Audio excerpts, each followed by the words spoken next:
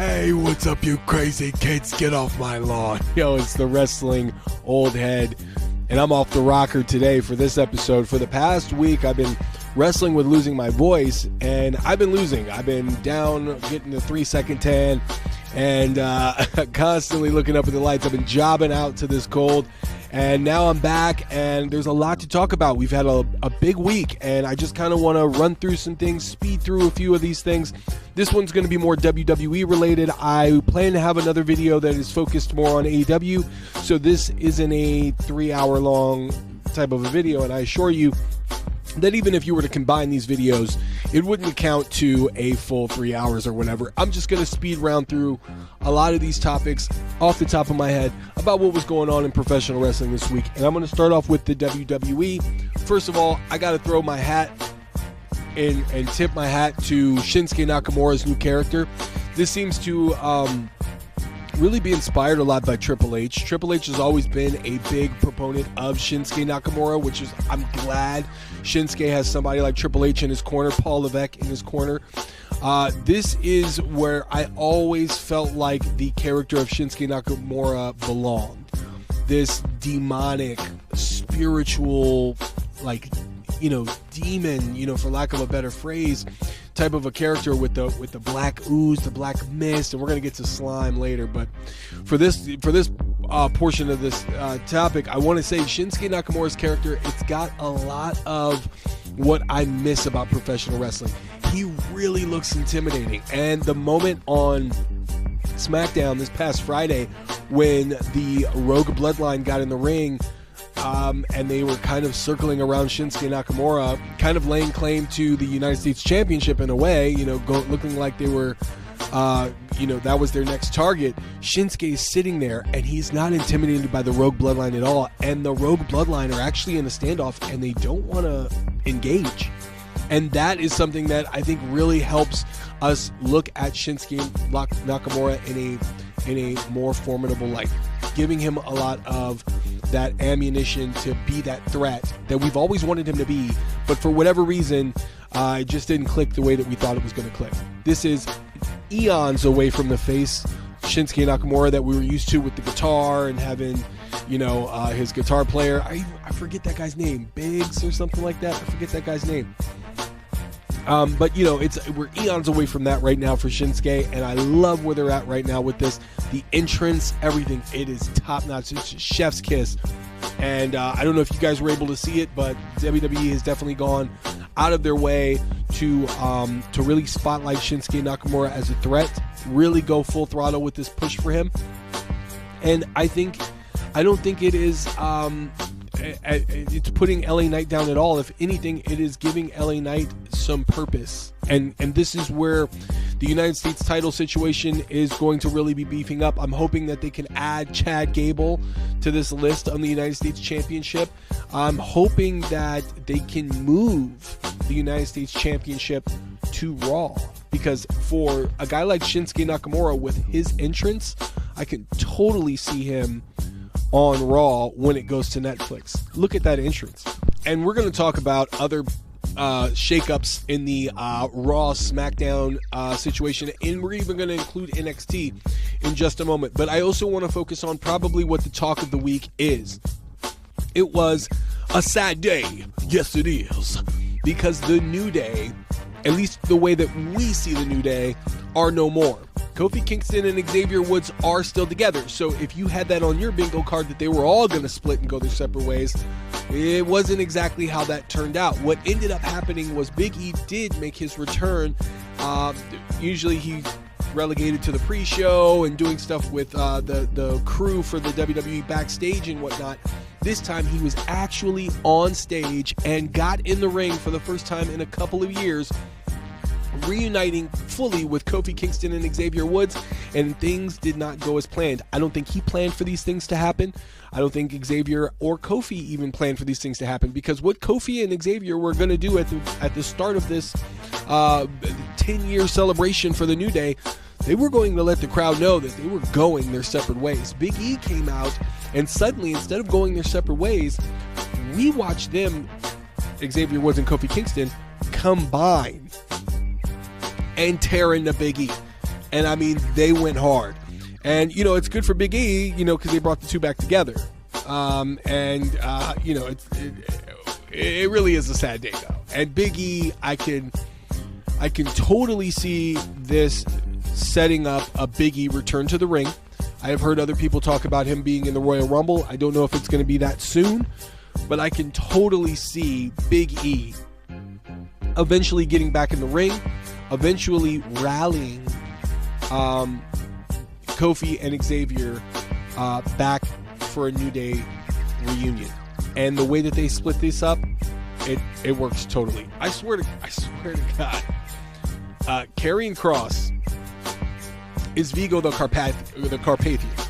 He's Vigo, and if you know, you know. If you've ever watched Ghostbusters 2, then you know what I'm talking about. But it's like after that New Day segment, I wondered if they had pink slime oozing under the arena because there was just so much hate and vitriol coming from Kofi Kingston and Xavier Woods.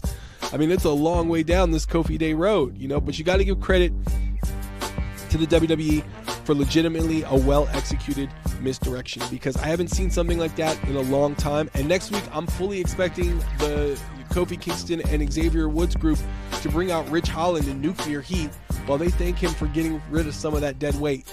Because, I mean, look, New Day, super loved by everybody, right? So if the New Day is going to be this beloved group, then now they're going in a different direction. They need to be hated. And this was a good jumping off point for them to be hated by shunning Big E the way that they did and leaving him speechless, as well as the crowd speechless. That was something that stuck with the crowd for a long time. That stuck on the internet. Very rarely in today's fast food service, social media, digested crowd and mind, do you have something that's just imprinted in your brain that sticks with you for a long time. That segment stuck with me, and that was something I was thinking about for a long time. So they definitely got their point across. They definitely executed it well, and I'm really excited to see where this is going to go. Hopefully it does lead to Big E making his return to the ring, because I would love to see that. What a story that would be if he were to eventually come back. Now, let's talk about this brand shakeup, if you will. 2025 WWE is already off to a shakeup. Everything is different. You got Royal Rumble in February. You got WrestleMania in like May or something like that.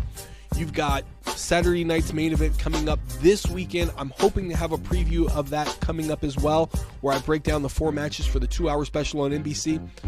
There is another Saturday night's main event to open up the year of 2025 just before the Royal Rumble. And it looks like we're already going to have a roster shakeup. So this is going to be crazy for the WWE. Everything is going to be changing come 2025. Everything that you think you know about the schedules and about the layouts and about what you think is going to happen, it seems like it's going to be tossed and turned upside down.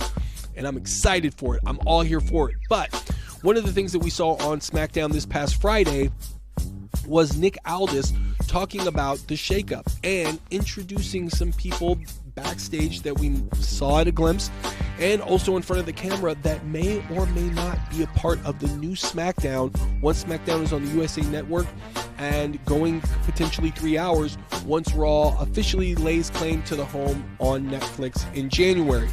And I believe when that happens, we're going to see 2 totally different rosters. And I've done videos about this before, and I do want to reiterate just for the purpose of this video. So in case you're checking me out for the first time, by the way, welcome.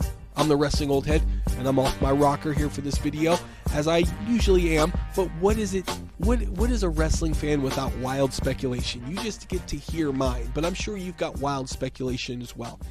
One of the biggest wild speculative things that I have come up with is that Cody Rhodes and Gunther will do a switch, and that Cody Rhodes would end up on Raw and Gunther will end up on SmackDown. I did that video about 3 or 4 weeks ago. Lo and behold, what comes up on Friday's SmackDown?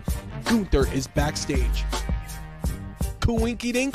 I don't think so, because here's what I'm thinking. Gunther on SmackDown, laying claim to being the best on SmackDown. It totally works. And you can even keep Roman Reigns there to keep things interesting. You put Cody over on Raw with CM Punk and Seth Rollins. And of course, The Rock, he could be floating around there as well. You also add in John Cena, John Jana. And then on SmackDown, you put the workhorses. You put Braun Breaker Maybe you throw in another tag team.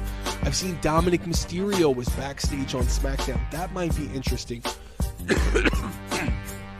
Or maybe what we're doing is we're setting up to have some members of the Judgment Day go to SmackDown and other members of the Judgment Day stay on Raw. Like maybe it's going to be Dominic Mysterio, Liv Morgan, Raquel Rodriguez on Raw, and they're going to move Finn Balor, JD McDonough, and all of them over to SmackDown. That would lead us to believe that DIY might be sliding over to Raw in exchange for JD McDonough and Finn Balor. That's also a very interesting premise there. I don't know. I mean, the way that I'm looking at Raw on Netflix is going to be very cinematic. I mean, most of the cinematic segments that we have seen for the WWE this year, granted, have been on SmackDown. You've got the segment that just happened just recently with Kevin Owens and Michael Cole on Raw or on SmackDown this past Friday. You've got the Paul Heyman conference that he had with CM Punk and Roman Reigns. You've got the Roman Reigns and Cody Rhodes confrontation that happened on the football field in Georgia. You've got a lot of the Rogue Bloodline segments when they walked into the arena, especially the one where Jacob Fatu super kicked security a couple months back and then was like, who else wants some of Debo? Or whatever he said. So you got a lot of these segments that have been filmed very cinematically. Maybe that is a preview to Netflix, or maybe that is just the general direction that the WWE is going on going forward into 2025. But it really works on Netflix because, I mean, look what the kind of programming that you get on Netflix. So it seems like it would work better in that scenario. So I simply was moving around a few of these pieces that I felt fit more in that cinematic side, and then moved some of the other pieces over to SmackDown that fit more on that work rate, great wrestling, but can still tell a good story.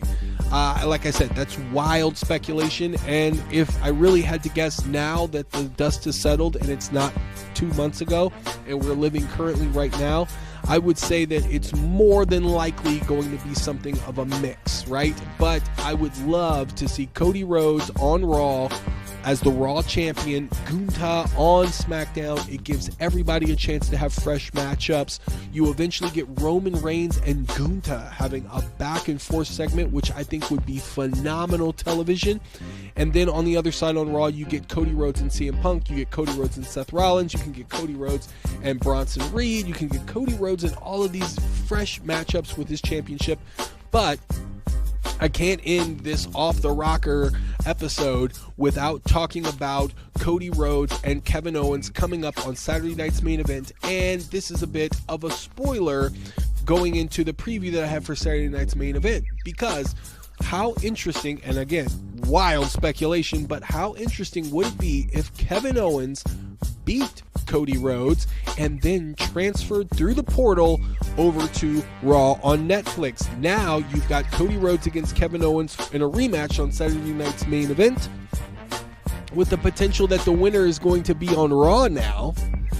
And you have a title change that is seemingly out of nowhere that freshens everything up, gives Kevin Owens a chance to win the World Heavyweight Championship. It also tells a great story with Kevin Owens where he had to do the unspeakable. He had to tap into who he really is. Maybe for so long he had been holding back, trying to be a different person, but once he embraced who he truly is, that is when he became a World Heavyweight Champion. The ruthless attitude, the ruthless aggression, no pun intended, of Kevin Owens really coursing through his veins, giving him an opportunity to unleash all of that on an unsuspecting Cody Rhodes and beating him for the World Heavyweight Championship. I think it would tell a great story. I think it would shock the world. Cody Rhodes wins the championship back no later than a month later on Saturday night.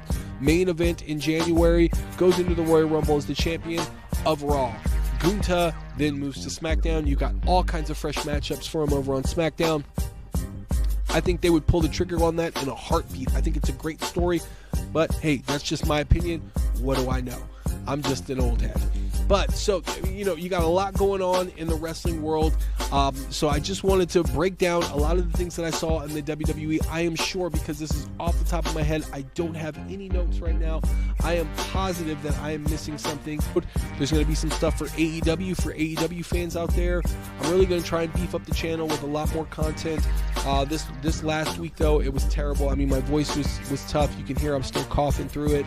I'm working the best I can to make sure that I provide you this content to keep you guys up to date on my opinions and wild speculation on the wrestling world. Thank you all for listening as you have. One thing that I do want to talk about is the Hall of Fame. I did do a video about the Hall of Fame and my predictions for the WWE's 2025 Hall of Fame. I am going to also add that I believe Sid Vicious, Mickie James, Victoria, Lex Luger, Brian Pillman, Nation of Domination, and Mike Tyson would all be great in the 2025 Hall of Fame. Mike Tyson coming off of that exhibition he had with Jake Paul. I almost called it a boxing match. Really wasn't. That he had with Jake Paul would be interesting to put that, because you can also have Logan Paul induct him into the Hall of Fame. So you got a lot of opportunities there for something as far as publicity and keeping your name in the public there with Mike Tyson. Sid Vicious, obviously he had just most recently passed away. Nation of Domination, because you've got the Godfather in Las Vegas, and I just think that works out. Brian Pillman, you can have his son induct him into the Hall of Fame, and Mickie James and Victoria.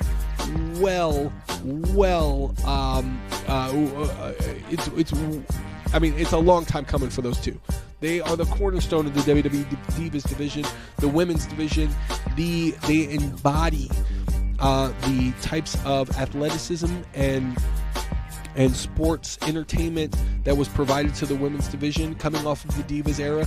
They were great wrestlers during the Divas era, and they were great wrestlers after the Divas era. They are the reason why you see such great athleticism in the women's division for the WWE right now, the way that it is set up. Mickie James and Victoria were on the forefront of that, as well as Molly Holly, also Miss Jackie. I mean, these were all women that presented themselves. They were very beautiful women, but they also knew how to work in the ring, and they were exciting to watch. But Mickie James and Victoria, long overdue for them. Love to see Nick Aldis induct Mickie James into the Hall of Fame. That would be nice. Sid Vicious, obviously. Lex Luger is another good one. Lex Luger is still alive to this day. Love to see him in the Hall of Fame. Long overdue for that as well. So that was just my little piece on the Hall of Fame that I thought I'd drop in as well while I remember that. But yes, be on the lookout for a couple of videos coming up as far as the Saturday night's main event preview, a couple of stuff about the AEW, and then just my predictions for 2025. So as always, you guys, thank you again for checking it out. Thumbs up on the way out, keeps the algorithm going. And as always, stay tuned for more.